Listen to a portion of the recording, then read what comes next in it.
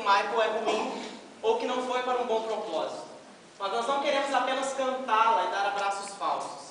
Nós não queremos doações para o nosso próprio ego.